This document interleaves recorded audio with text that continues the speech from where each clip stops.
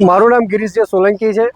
હું ખેડા જિલ્લા શ્રમિક સેવા સંઘનો પ્રેસિડેન્ટ છું અને એડવોકેટ પણ છું।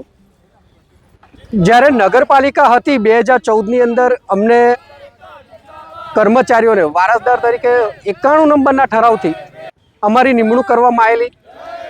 ત્યારબાદ મહાનગરપાલિકા થતાં 1/6/2025થી મહાનગરપાલિકાએ કોઈપણ જાતની ફેરફારની નોટિસ આપ્યા વિના આ તમામ કર્મચારીઓને એજન્સીમાં તબદીલ કરતા અમે આંદોલન કર્યું હતું અને તે વખતે કમિશનરશ્રીએ 2 મહિનાની અંદર અમારી આ દરખાસ્ત કરી અમને મહાનગરપાલિકામાં સમાવેશ કરવાની બાંયધરી આપી હતી।